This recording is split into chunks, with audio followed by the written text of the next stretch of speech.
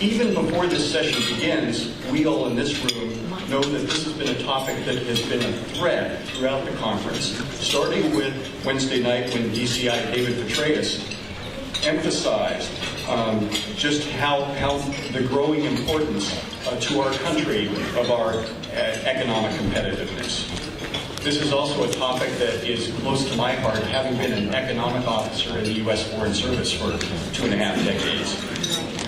I urge you to read our speakers' entire biographies because I will not do justice to their important work in just this short introduction. First, the moderator, Chrystia Freeland, is currently the editor of Thomson Reuters Digital. She's formerly a U.S. managing editor for the Financial Times. She's been a deputy editor for Neighbor to the North of the Globe and Mail, the newspaper of record there. And she's worked in Moscow and the Ukraine. Stephen Rattner currently manages Mayor Bloomberg's personal and philanthropic assets. He's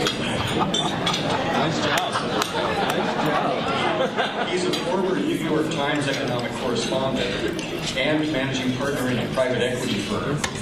But he's perhaps best known as leading the auto bailout in the beginning of the Obama administration, which I think one could credibly argue, no matter what your politics are, ended up being a key to President Obama's win in Ohio and his re-election. He's also written a very interesting book on that time called Overhaul. Heidi Crebo-Rediker is the State Department's first chief economist. Previously, she was the chief for international finance and economics for the Senate Committee on Foreign Relations.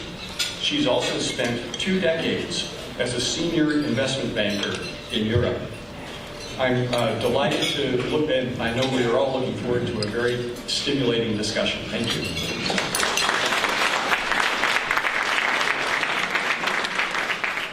Thank you very much for that introduction.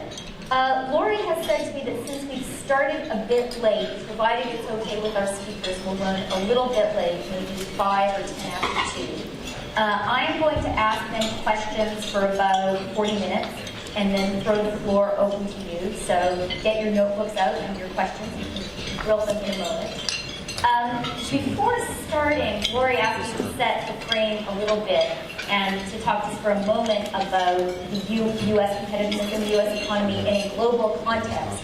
And there actually was an OECD report that came out this morning that does that admirably. This report predicts that within 4 years, by 2016, the Chinese economy will be bigger than the U.S. economy. And what the OECD report sort of further says, it's a great report if you're interested, take a look online. Today, the U.S. economy accounts for 23% of the world economy. China is 17%, and India is 7%. In 2030, according to the OECD predictions, China will be 29% of the world economy, the U.S. will be 18%, and India will be 11%.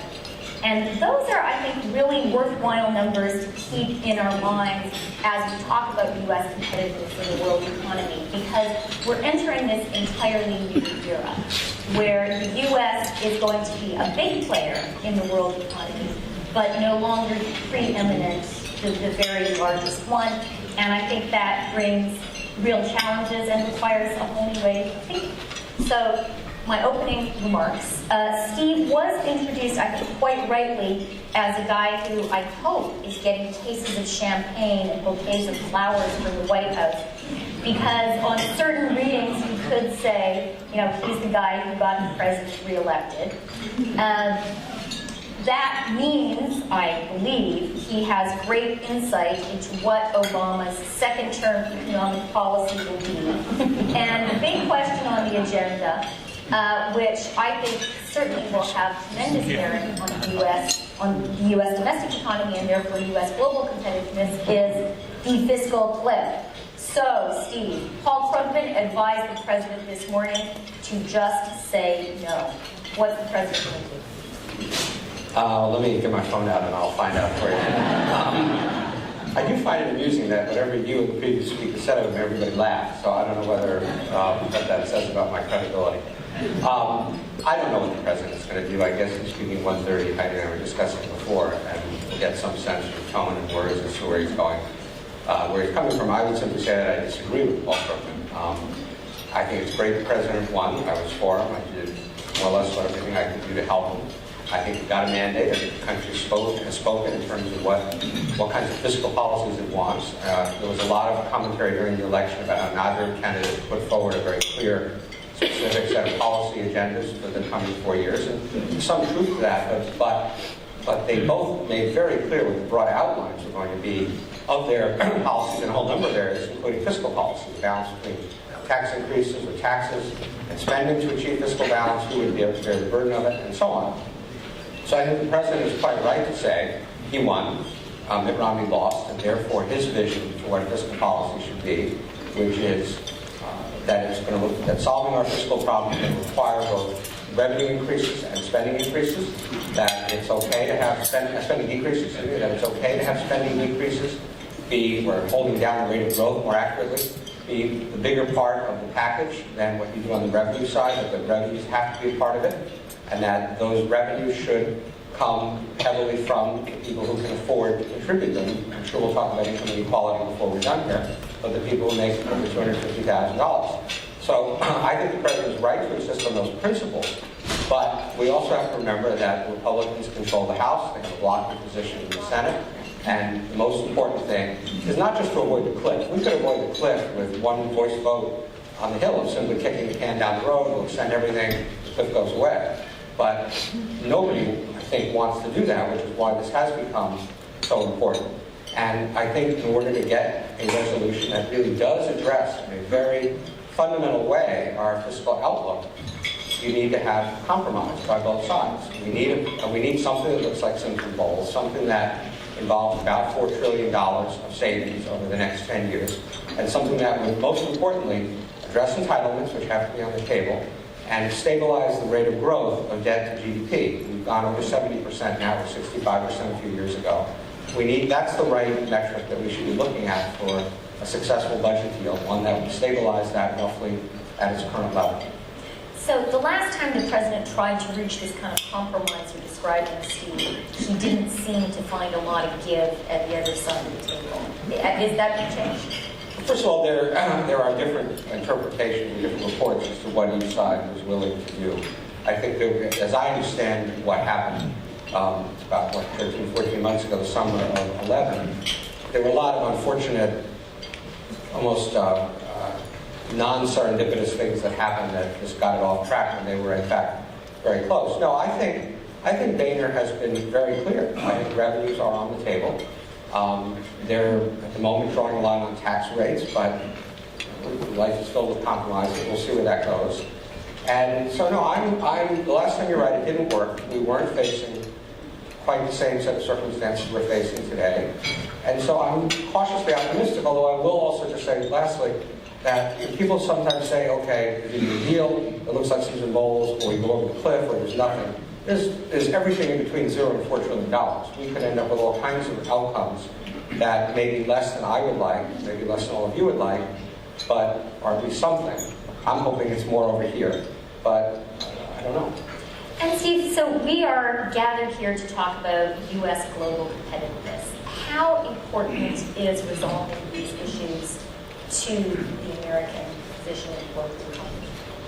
Well, first of all, I think it's important not just to our position in the global economy, but our position in the world. Admiral Mullen, who was the previous chairman of the Joint Chiefs of Staff, said that our greatest national security threat was our fiscal position and our lack of fiscal resources and our state of our economy. I'm not a foreign policy guy or a strategic guy, but that seems obviously right to me. If you can't afford the kind of military you need to project power, if you can't afford to fund the State Department in a way where it can do the kinds of things it should be doing, then we are not going to be a very influential country, no matter how many people we have or how wealthy some of our citizens are. I don't worry, if you don't mind my addressing slightly, I don't worry as much about this issue about China being a bigger economy than we are. I don't really honestly care how big China is. They do have 3.5 times more people than we have, so it's not surprising at some point they're going to be bigger. I'm more concerned with how big we are. In fact, it's sort of almost a good thing. How big or how rich? Well, looking at the same, rich, big, GDP. You know, how big, how successful are we economically? And so I do think it is. I think resolving the fiscal thing is of essential importance to our business community in terms of deciding how much they're going to spend, where they're going to invest, how many people they hire, which in turn makes it of critical importance to our economy and therefore to our position in the world. Not just the problem of our debt and deficit, that's big enough problem, but unless we create some certainty in Washington, I've become convinced, and I'm a little skeptical about the business people say I've been around them a long time, and they're always whining and complaining about something. But I do think in this case they have a point. They have a point. You know, the second biggest drop in consumer confidence in this country occurred when we had the debt ceiling drama. Not 9/11. I think Katrina was the biggest, but the second biggest in the last 4 years was that event, consumer confidence drop. I think government right now, frankly, has been part of the problem, not part of the solution. It needs to provide, almost regardless of what it does, it needs to provide some certainty and some predictability to business and to consumers so that they can function better and we'll have a more productive economy. Okay, so Heidi, Steve has provided a very nice lead-in to bringing you into the conversation, and he said, look, the strength of the U.S. domestic economy, sorting out the fiscal situation is important, not just for the U.S. and the world economy, but for the U.S. and the world, full stop. You work in the State Department, but you're the chief economist. Why do you even need a chief economist in the State Department? What do you do? Now they're laughing at her. The role of the chief economist is largely We can't hear. Your mic's not transmitting. Keep on talking. So the idea to create the office of the chief economist largely came out. No. I think We'll get some technical help. you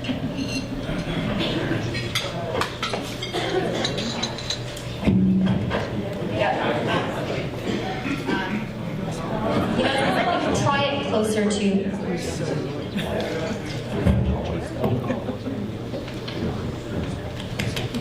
It's working. It's just not catching. The role of the chief economist came out largely of Not have a voice. that economics drives a lot of what's happening in our foreign policy in order to better. Can people hear? And what was that? Okay. There we go.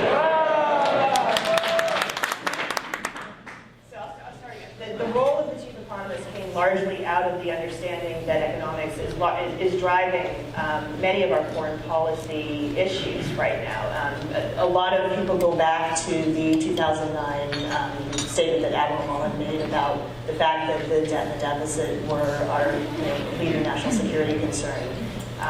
Many others have been looking at this issue of a very shifting set of tectonic plates out there, where we see countries rising in power largely on the backs of their economies. And in order to understand that and really change the way we work on our foreign policy issues, we have to understand how that affects the way that other countries are interacting with us.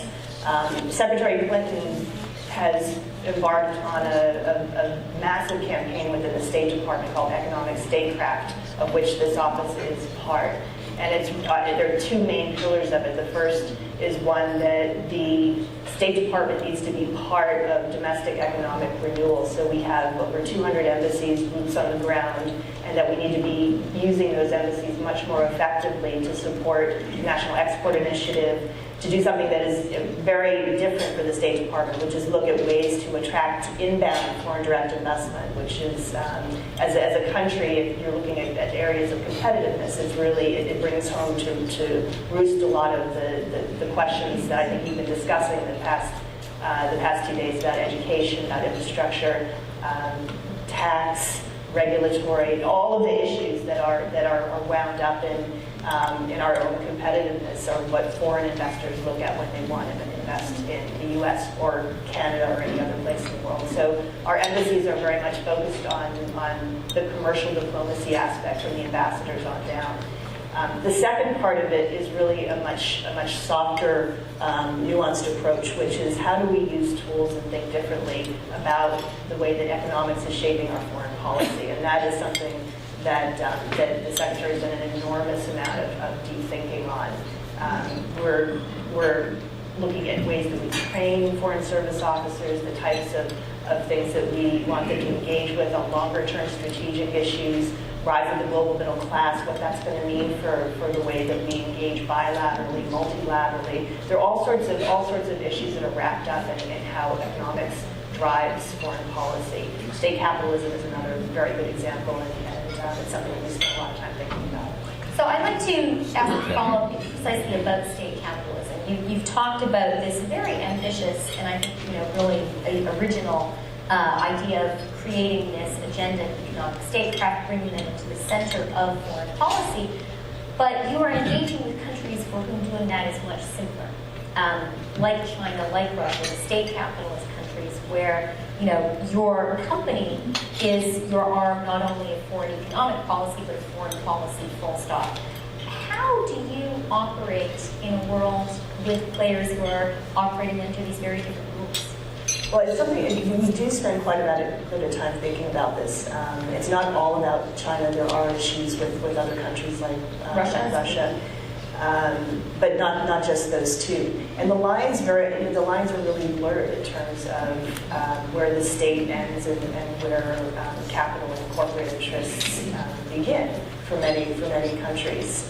At the State Department, we've really tried to create mechanisms through multilateral institutions like the OECD has come up with a platform for competitive neutrality, which looks at the different ways that governments can act to subsidize or to give favor to their own state-owned or state-led interests, and provide some recommendations for engaging in a platform for competitive neutrality. It's a different way of thinking about the challenges, and it's something that it's not just the U.S. that's concerned about. We have a lot of other countries out there that are similarly looking at rising powers who are using tools that we don't necessarily have at our behest. The other thing is that we're working very closely with U.S. companies. We've had a lot more outreach over the past couple of years than I think we never really had at the State Department in terms of engaging with large, medium, and small companies who are facing challenges and want to work together in partnership with the government. And do you think that effort has to be even more aggressive? I mean, I've certainly heard from U.S. companies a comparison, say, with Angela Merkel, and the point made that when she travels abroad, she has a plane load of German CEOs who come with her, they get out of the plane, and she tries to do deals with them. Should we see more of that approach, not just from the State Department, but from the White House? So we are doing that a lot. Deputy Secretary Nyes just led the largest delegation of CEOs to Egypt. We've been holding lots of conferences around infrastructure, in particular U.S. infrastructure service companies, engineering companies, and how we can help support them with the massive investment going into infrastructure in many countries around the world. I mean, there are areas where we've been focused. It's a work in progress, and I think that it's something that will continue. You were nodding your head as Heidi was saying that. Do you think there should be a more aggressive government support for U.S. global champions? Well, Heidi knows a lot more about this than I do, but I was nodding my head when you were recounting Angela Merkel anecdote, because it is something we hear from business people all the time. Does it fall in the whining category or the just complaint category? I think Heidi has essentially agreed that they had some legitimacy to their views, and hopefully now things are moving in the right direction to a greater degree. But look, we do face there's always competition among governments, and other governments are always going to be prepared, some of them certainly are going to be prepared to do more to help their companies than we are going to, simply by the nature of our views about what's appropriate. It's not obviously you get into trade and all those kinds of issues. You get into export subsidies, you get into all kinds of non-economic kinds of foreign policy where we may be wanting to take a tougher stand for some non-economic reasons, human rights, whatever, and other countries feel they need to do, and then their business community benefits from those kinds of policies. And that's where it gets into wine, because I think we have to live within our principles and do it our way, and just be a little bit more, continue to be a little bit more effective. I'd like to sort of challenge you both a little bit on this idea of government championing companies. And what I'd like to ask you particularly to reflect on is how easy is it nowadays to define a U.S. company? And you know, so many companies now are truly global. You know, Chrysler, Fiat, is that Italian? Sergio Marchionne, we Canadians like to think of as Canadian. They have operations around the world. They're seeking markets around the world. They're seeking to move their R&D around the world. So what does it mean to actually have national government be a champion of a multinational company? So as soon as I said what I said, before you even said what you said, I said to myself, that was really stupid, because these companies really are multinational. You have to recognize that. And so I'll talk about it from the perspective of the auto industry a little bit for a second, because you were nice, and lots of people are very nice, and the president saved this industry, saved particularly these two great American companies. But what does it mean to save an American company? Company is just a company, something with a certificate of incorporation and a few people in a headquarters building.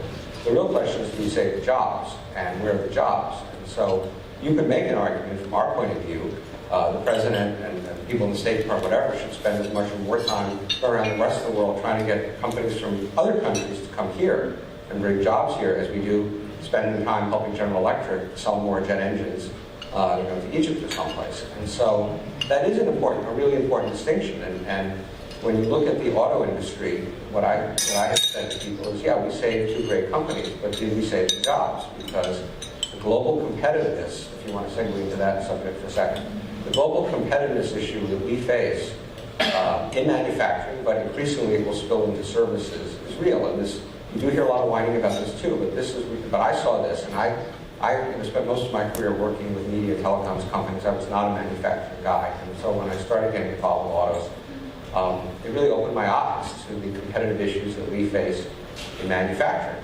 So I'll give you a bunch of statistics if you want that'll maybe help frame this. So General Motors, when we showed up there, I think had 85,000 jobs. And by the time the restructuring was done, it was down to maybe 55,000 jobs. We had to do that in order to, what I say, we had to do some amputation, kind of make it competitive.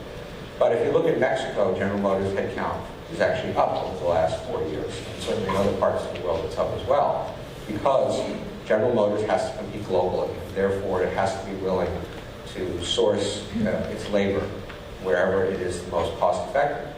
When in 2009, the cost of a traditional General Motors worker was $28 of cash compensation and roughly the same amount of benefits. So $55 an hour. That was actually after the restructuring. It was over 60 before.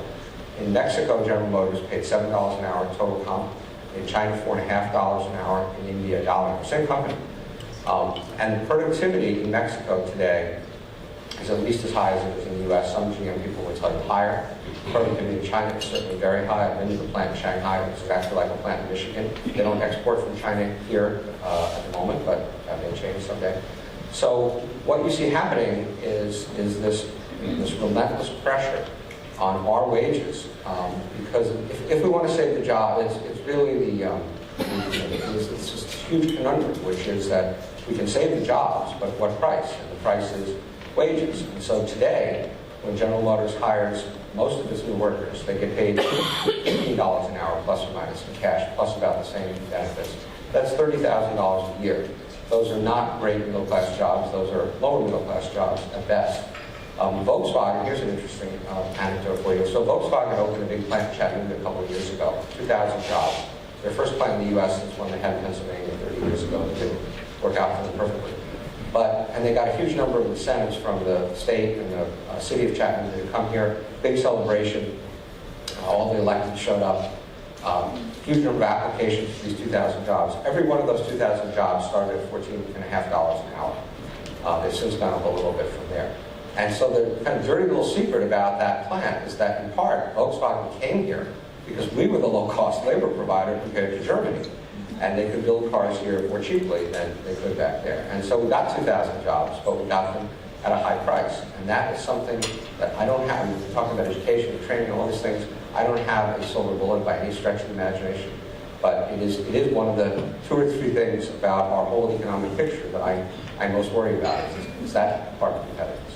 So you just said you don't have an answer, Steve, but I want to push you a little bit because, you know, the painful way to summarize what you just said is the way you can save great U.S. companies and U.S. jobs is by hollowing out the middle class. And it's not necessarily a question of structural unemployment, but it is a question of structural, you know, working poor. Is that the future for America? That's certainly the path we're on at the moment.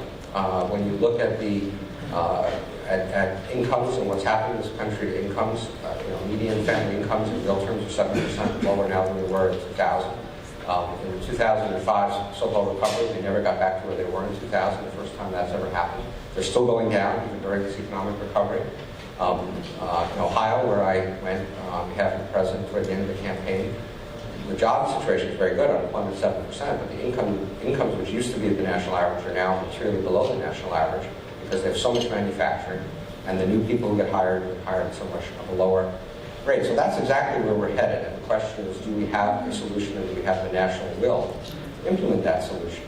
I think the solution, this falls into this could be sort of fall into the mother and apple pie kind of category because everybody says, yeah, that's what we should do.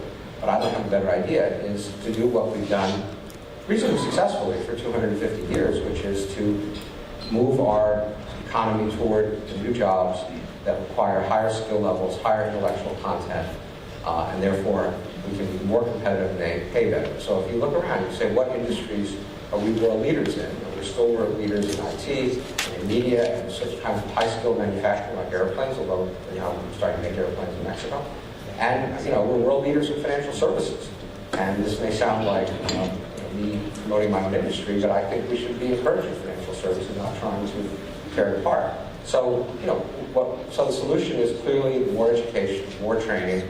I don't believe, given the shorthand, we can talk more about it. I don't believe government should use its heavy hand to try to pick winners and get deeply into industrial policy, but certainly to provide an environment in which business can operate profitably, with certainty, with predictability, and with the flexibility it needs, and then try to attract the industries of the future. That is, may sound like a kind of tap set of prescriptions, but it's the best idea I have.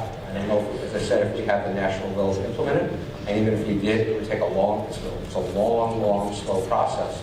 But I don't see the alternative. I don't think closing our borders is an alternative. I don't think mandating wages that are uncompetitive is a solution. I don't have a better idea. Heidi, want a better idea, or do you want to endorse Steve's?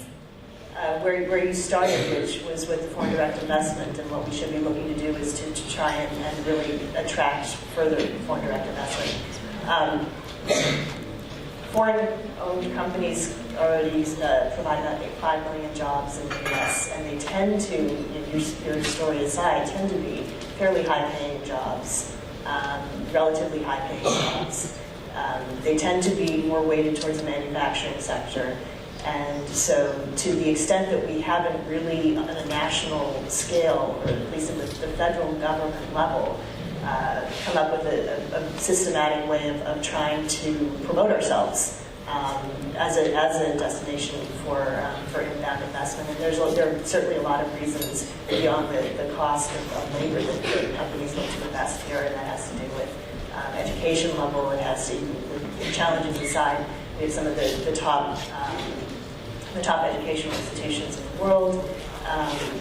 We have the legal system that protects investors' rights. We have intellectual property rights that are very robust. And so there are other reasons that companies look to invest in this, and it's something that I think that we are trying to encourage around the world. And then the other the title of this is both challenges and opportunities, and then I think you laid out some of the challenges very, very well. One of the great opportunities, and I think we really don't know what the scale or scope will be, but with shale gas and what we might see in the coming decades as a result of abundant, low-cost energy supplies, that can have a dramatic impact on what we might see in terms of being able to proceed with a manufacturing, a growth of manufacturing, a continuation of employment here that is not just dependent on what we hold sacrosanct, which is our innovation, our high tech and service industries, which we should very much be supporting. But at the end of the day, we want to have a balanced economy as well, and I think that that's something to really keep an eye on. Yeah, I'm glad you mentioned energy, Heidi, because I have to say, I was getting very depressed talking about the hollowing out of the middle class. I think it's the single biggest issue in America today, and hard to see a clear answer, but maybe energy is going to be part of the solution. Steve, do you agree? I do agree, and I wish I had thought to include that, to be slightly more optimistic, because Heidi is completely right.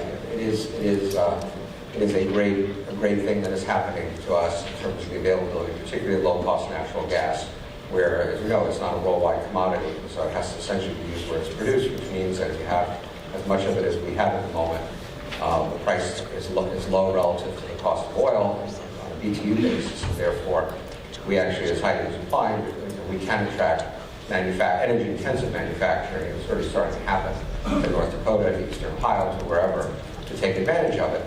And that is a great thing, and I don't want to minimize it, but and I don't even know the calculation exactly, but you have to say to yourself, okay, so a company is saving this much on its energy, how much can it afford to pay its workers and still be competitive globally? Because you still have to compete against that factory in China, that factory in Mexico, may have higher cost energy, pay its people a lot less.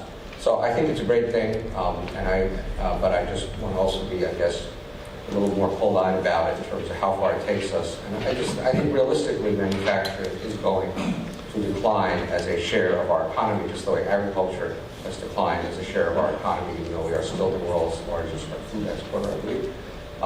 But it would be nice to get the number of jobs to stop declining and to start going up in a more sustainable way. Okay, I'm going to I totally agree with that.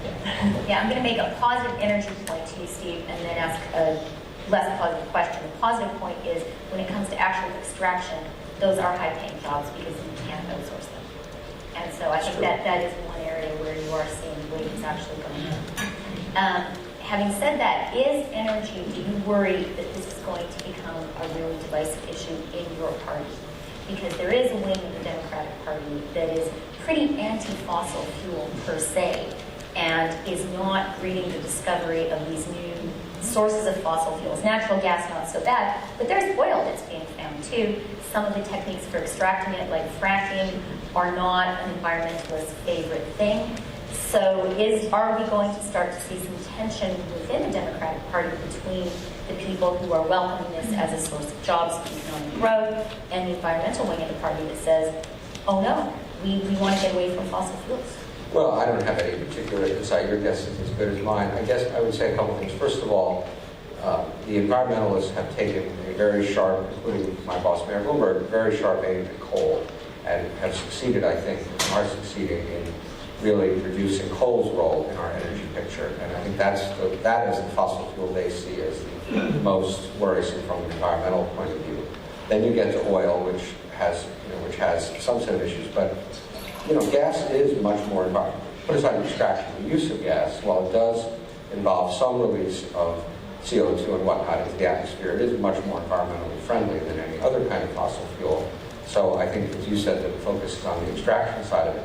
But I guess I would say at the moment, my sense is that the country, including most Democrats, are more focused on our economic problems. Our environmental problems are serious and real, and we talk about Sandy and all that, but there's no question. I'm certainly a global warming worrier, and one who believes we need Do you believe it? Do you believe it's happening? Well, I don't know how you can. Just ask. I mean, Sandy is like, okay, fine, we had that, but there's every other piece of evidence is so overwhelming. You and I were talking at lunch about it. I have to look at numbers and just take the numbers as numbers, and these are numbers.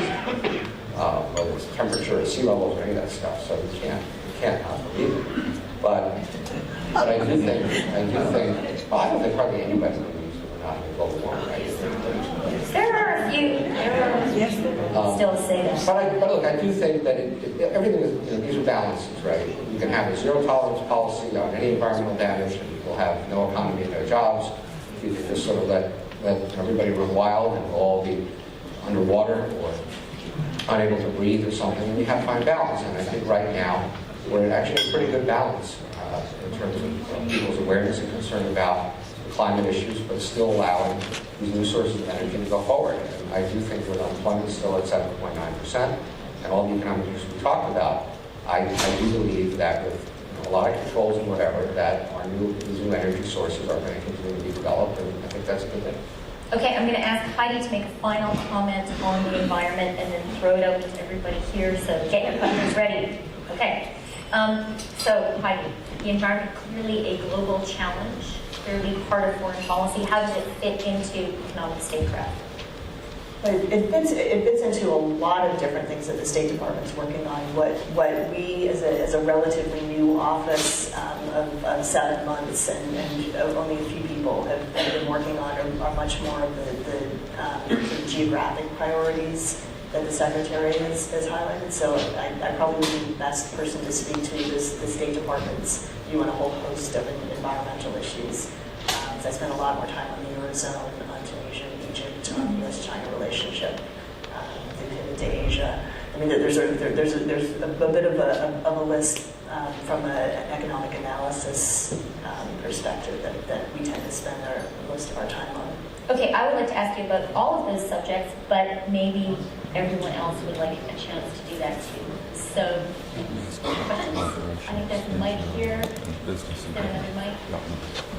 Going once. If people don't have questions, I'll ask them. Okay, please. Always wanted to be Mr. Chair.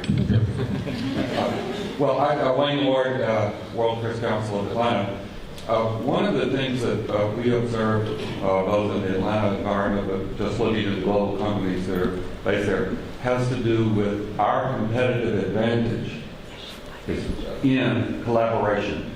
That the work that many companies are doing with government, NGOs like CARE, World Wildlife Fund, and so forth, and with business, that triangle is very successful, or it appears to be. Just like some comments on, is this one of the elements of our competitiveness that we ought to feature and encourage, especially from the point of view of the State Department, in the way that we're trying to position around the world effectively? Well, I think one of the things that we are trying to do is to deepen the partnerships that we have with the Chamber of Commerce, with companies and groups of companies in the U.S. We tend to hear from many companies that other governments work much more closely in terms of helping provide financing packages. If you're looking at an infrastructure tender somewhere in an ASEAN country, you tend to have other companies show up there with great big package deals of where their governments are providing feasibility study support and all sorts of other things. So I think we have very good intentions and we're making strides, but I think we need to do a lot more. So I'm glad to hear that you have a good positive experience. We want to be doing a lot more of that. Okay, Steve, do you have anything to add? No? Okay, please, yeah. I'll go quickly, I'm sure. My name is Anna Sifford. I'm from the Dallas-Fort Worth World Affairs Council. And as I told everyone yesterday, I teach seniors. So I've been Facebooking with them throughout this whole conference, and they ask me questions, and I answer back, and I already scanned my notes. The point is, they want to know for this right now, because they're online with me, should we be optimistic? They're very scared, the class of 2013. And what can you say to them that I can pass on to them about economic competitiveness and if they should be optimistic or worried? Great question from the seniors. Okay, Steve. Right. Notwithstanding everything I said before, I'm actually optimistic. I'm optimistic because Heidi ticked off a number of these before in a slightly different context, but they're just as applicable in this context. We have the most flexible economy in the world. We have this incredibly diverse labor force, diverse group of people in this country who come here because of the opportunity. There are not that many people who leave America to go live in all these other places that we worry about being more competitive than we are, but there's a long line of people who still want to come here. Immigration is obviously was a big issue in this campaign. And I live in New York, which has an enormous immigrant population, and I can't even imagine what the city would be like without it in terms of the vibrancy and the excitement that you feel when you just simply walk the streets of New York. So, so we have a long history of finding our way through these kinds of challenges and problems. And I believe that as long as we stick to our basic principles, and I do think we need to make some progress here in Washington. I do think the government has reached a level of dysfunctionality that is high even by government standards. I'll give you a statistic, I'll give you a number. Okay, we love numbers. Unless some incredible amount of lightning strikes, when this Congress leaves in another few weeks, it will have passed fewer than half as many laws as any other Congress in modern history. Now you may say, some people would say that's great, you don't want Congress to do anything anyway, right? But I don't think so. I think we have a lot of problems, and I think Congress is paid to solve them. And so I do think Washington has to improve its success rate, shall we say. But beyond that, I do think we have a lot of advantages in this country, and so I do think there are reasons to be optimistic. Okay, I have a follow-up for the Dallas-Fort Worth seniors that I'd like you to answer also, Heidi. What should they be studying? What areas should they be studying? I think, a lot of people talk about what they call STEM, science, technology, something in math. Engineering. Engineering and math, right? I do think, look, I'm all for, I have a son who's majoring in plastics. I'm all for studying all these interesting things. But I do think that having those kinds of skills are what, it's part of it. When you do look at the countries that we worry about competing with us, a lot of their focus is on studying those kinds of things that actually have real world usefulness in the economy. And Germany, for a long time, I've spent a reasonable amount of time in Germany, has emphasized engineering and technical backgrounds, and certainly China is doing it. And I'm all for, as I said, I'm all for having classicists and historians and even economists, but economists are very important, or money managers. But I do think that having those kinds of, having a strong base of people with those kinds of skills is would be a great thing. So I think the most important point is education matters a lot. If you look at the unemployment breakdown in the U.S. right now, it's skewed very much towards less than high school graduates are the sort of range of numbers, but I think it's up and around the 13-14%. Maybe as you get up past high school graduate, college graduate, advanced degree, it just drops precipitously. And there is a gap that we have right now in the country where there are unfilled jobs that are highly technical and require a degree of education that we aren't really pushing people to get at this point. So, it's education matters a lot. I agree with the STEM comments. My daughter's studying Mandarin. Mandarin is good. No, but really, I think that looking ahead, skills and talent are going to drive this country forward across a wide range of different subject areas. Thank you. So I once at a conference similar to this, I asked a senior Facebook executive the high school senior subject question, and he was very clear, he said statistics, which my 3 kids are so sad. That was his answer. That's their newest language. Okay, please. I'm Jack Siegel from Traverse City, Michigan. First of all, this is great. It's like watching Forensic Aria without the screen, three-dimensional. I'd like to go back to the issue of sequestration and jobs, because if you look at the website, let's say, of Senator Levin, he justifies the large defense budget on the basis of the need for jobs. And that concerns me that we will not get to the kind of economy that you're saying that we really have to get to if we're going to try to preserve jobs by building Humvees in Michigan. Is there a way out of this conundrum? Can we work our way over the next 4 years out of depending on a inflated defense budget for the job stability? Okay, great question.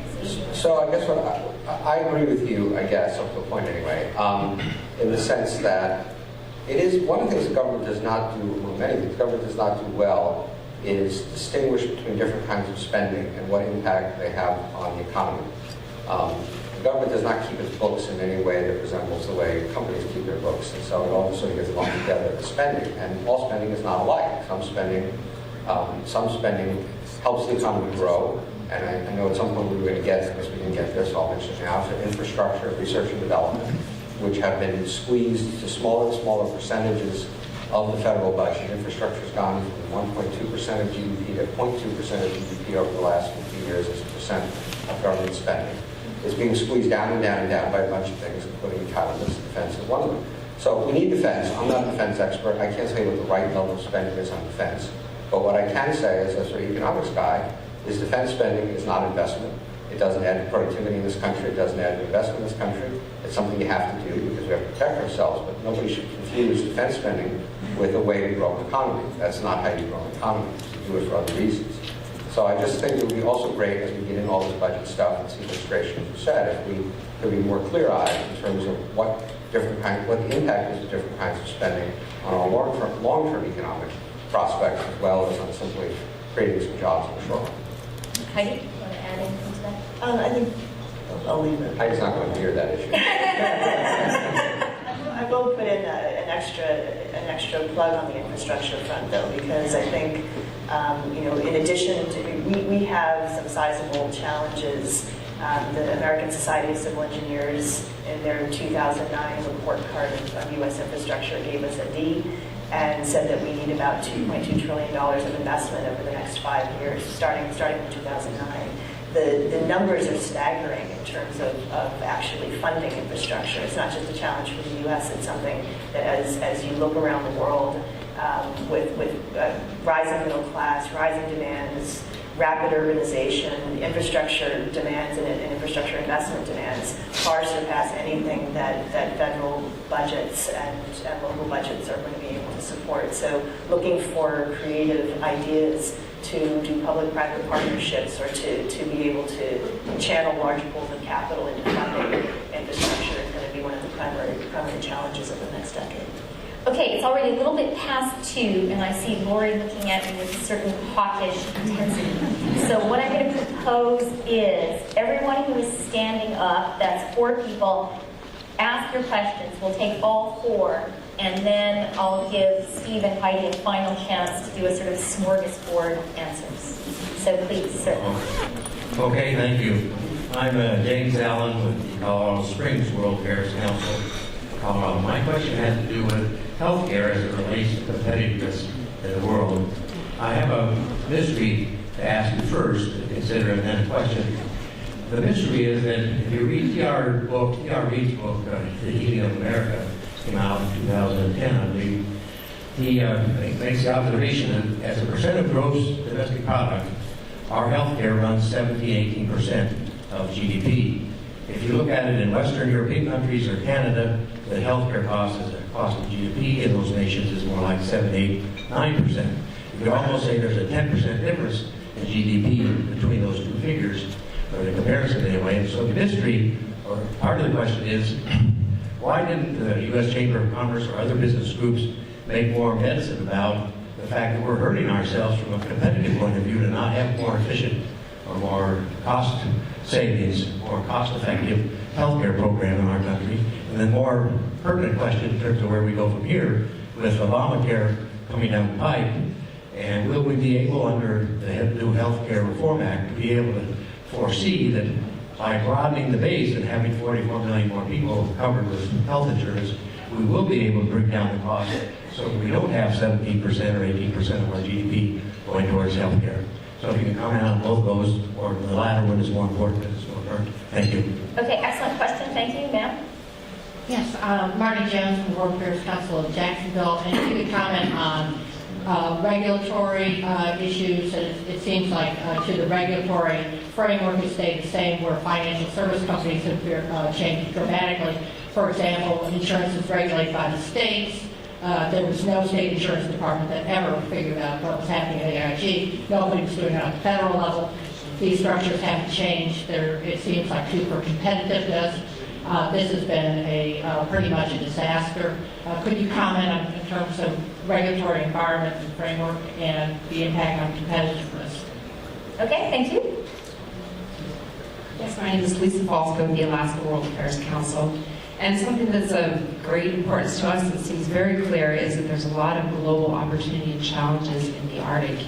And there's a lot of abundance of resources, and I use the word abundance on purpose. But we don't hear a lot of talk going on at a national level on plans and opportunities to take advantage of some of those things, specifically with the ratification of the law of the sea and some exploration and going into the Arctic like our neighbors are doing. So if you could address that, would be great. Okay, thank you. And I'm Karen Wilson First from Western Massachusetts, World Affairs Council of Western Massachusetts. I work for companies that are finding it very difficult to manufacture product competitively. In some cases, the product landed from China is less than 50% of the cost of manufacturing here in the United States. I have an easy question for you. What about the manipulation of the Chinese currency? okay. Okay, that is a wide-ranging set of excellent questions. I'm going to let each of you choose which ones you want to answer, but please answer at least one, and try to sort of keep your replies to a couple of minutes. I'm going to start with Steve, and I can't resist reminding those of you who haven't been following his oeuvre very closely that not too long ago he wrote a column whose first sentence was, "We need death panels." I don't think this was the right group to tell that. I'm just saying, there was a healthcare. I sense there's a You wrote that, I have it with me certain here. drift in this group that's coming toward me that does not encompass death panels. Still laughing. I'm still laughing, I know, it's good. I know Heidi wants to talk about Chinese currency manipulation.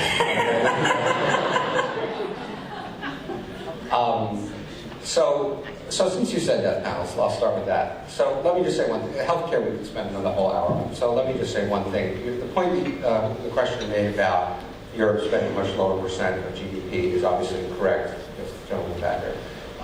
Is obviously correct, and there's Don't forget Canada. And Canada. And there's she's from Canada, that's why she said that.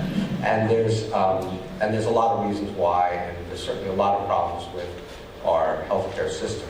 But since, and I was actually going to say this without using the word death panel, since Chrystia said what she said, remember something that may not be, you don't read in every story you read about why European healthcare is better than ours. Every European country that I know much about their healthcare system, they ration healthcare. They make decisions about how much healthcare a person, particularly the elderly, can have based on, and in Britain it's a very formulaic calculation of quality of life, quality of life per year or something like that. How many years you get for a procedure and what quality of life you get by doing it, and they say no. And we have not been willing to do that. It's a really tough moral issue.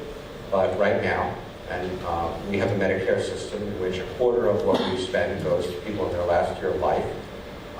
And we all know that a lot of that is not a great use of resources. Those are hard moral questions. I'm not here to tell you they're easy or pleasant. But it is a non-trivial part of why we have that gap in GDP. So I'll do that one thought on healthcare. The other one, I'll do both of these really quickly. On the regulatory framework, you're absolutely right. Dodd-Frank did a lot of good things, but it did absolutely almost nothing to reform our regulatory structure. Of all the bank regulatory agencies, we've got rid of one tiny little one called the Office of Thrift Supervision. And you still have the same patchwork of the FDIC and the Fed and control the currency of the states and the insurance situation that you described. And it's terrible. And again, you have to point your finger right here and say, you should deal with it, but it's not on the table now. With all the things that are going on in Washington, getting to that issue again is not going to happen. We're just going to have to live with it. And I'll just say one last word on the Chinese currency. There was certainly a time when it was clear that they manipulated their currency. And I think economists would say it's a little bit less clear today for a variety of reasons. They certainly engage in a lot of trade practices that are not ideal. but it gets right back to where we started this conversation. It's very hard to exert influence over people when you owe them $1 trillion and when you have $1 trillion deficit. And if we want to try to redress the trade situation with China, in many ways, we need to get our own economic house in order to become stronger economically to have that conversation. So just sorry, I don't know about the article. quickly, on the Chinese currency, we do continue to support move towards a market-based currency in China. It's something that's been very consistent. But to underscore what Steve said, there are a lot of other issues out there that we continue to focus on: protection of intellectual property rights, procurement issues, trying to ensure a free, fair, open playing field for U.S. companies, and at the same time welcome Chinese investment into the United States. So it's really we have a lot of other issues that are out there. It's certainly not off of the priority list, but there has been movement on the currency issue, and so we continue, like I said, we continue to push for a market-based currency. On the issue, some of the earlier questions on competitiveness. The World Economic Forum obviously puts out its global competitiveness report, and I think the U.S. came in at number 7 in this past year. And the one thing that's notable is I think we came in around 33-ish for basic institutional infrastructure, education, regulatory issues, and that's something that is also reflected in what we here at the State Department when we talk to companies that are looking at investing in the U.S. We have, obviously speaking from the purview of the State Department, so there are limited things that we have direct influence on a number of the different domestic competitiveness issues. But one that came up quite often and something that we've addressed significantly over the past couple of years is the issue of visas. Because in order to have companies invest or engage in trade, you need to have people going back and forth. And tourism is one of our greatest drivers of job growth. You have people wanting to come here from all over the world. And we went from, I think in Brazil, we used to take 140 days to process a visa for someone that wanted to come here and shop in New York. And now it's down to 2. So it's something that we do have. We have worked very, very hard on certain elements of what were red flags on the competitiveness front, and we're going to be doing a lot more. Okay, I think we're probably going to have to leave it there, and I just wanted to make one final remark myself, which is maybe geared at the Dallas-Fort Worth seniors.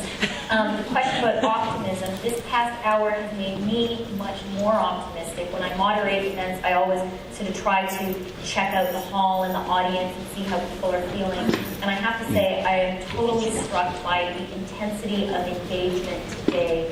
It's lunchtime on Friday, and I felt that every single person in the room was listening to every single word, and you asked fabulous questions.